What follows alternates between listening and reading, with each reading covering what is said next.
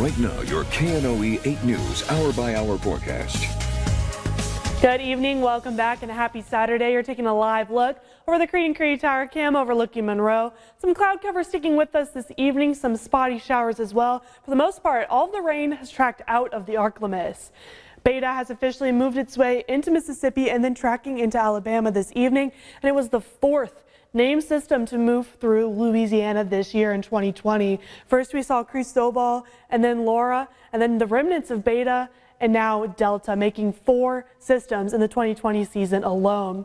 Now let's take a look at where exactly Delta is tracking. It's making its way northeast. Still has some pretty strong rain bands associated with it, but right now it is a post-tropical cyclone with winds sustained about 30 miles per hour. So not really packing much of a punch anymore. We did have some tornado warnings with some of these bands moving through Alabama earlier this evening, but right now things are looking pretty quiet out there. Just some heavier rainfall mixed with flooding that is going to be an issue, especially as the system makes its way into Georgia the rest of this evening. But for the most part, here in the Arklamas, we're looking relatively dry. We are still holding on to some of those winds as we head overnight tonight, but nothing like what we saw this morning. Here are our peak wind gusts from about 4 a.m. this morning. We saw it here at Monroe. Winds gusting up to 63 miles per hour, 60 miles per hour in Vidalia, 54 in Gum Springs and in Natchez. And those are tropical storm strength winds, as Delta was still a tropical storm when it's made its way through the Arklamas before downgrading as it made its way into Mississippi. Now for the rest of this evening, we're going to be holding on to some cloud cover for our more northern parishes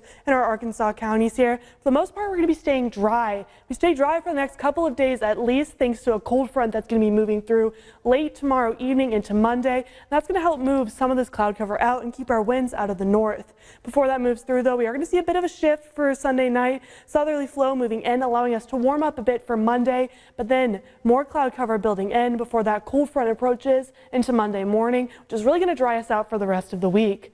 But we do still have tropical activity to talk about. This disturbance has popped up here this morning. It's looking about a 20% chance of development in the next 5 days. We are still in hurricane season until the end of November. So this doesn't pose a threat as of right now, but it is something to keep our eye on as we head into the rest of this week and into next week as well. But tonight, going to be a beautiful evening. Some breezy conditions still holding on with winds gusting up to 20 miles per hour, but we are cooling down to around 67 degrees. Tomorrow, warming up to those mid-80s, seasonable for this time of year. Those winds are going to start to die down as well. As we head into the start of your week for Monday, we see temperatures in those upper 80s, almost hitting 90 degrees before that cold front moves through. As we head into the middle of the week, back to seasonable in those low 80s with plenty of sunshine to go around before another cold front moves through Thursday into Friday, knocking our temperatures back down into the 60s for our overall highs for the day, and then slowly warming up as we head into the weekend. So overall, we're going to have plenty of time to dry out and sunny conditions throughout the rest of this week.